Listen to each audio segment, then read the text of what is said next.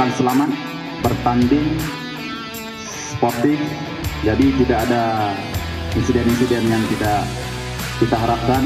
Kemudian penonton harap tenang, jaga keselamatan masing-masing, jangan nanti ada insiden membahayakan penonton yang tidak tertib.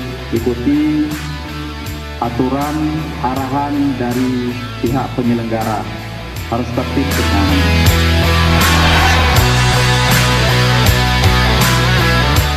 mengucapkan Bismillahirrahmanirrahim.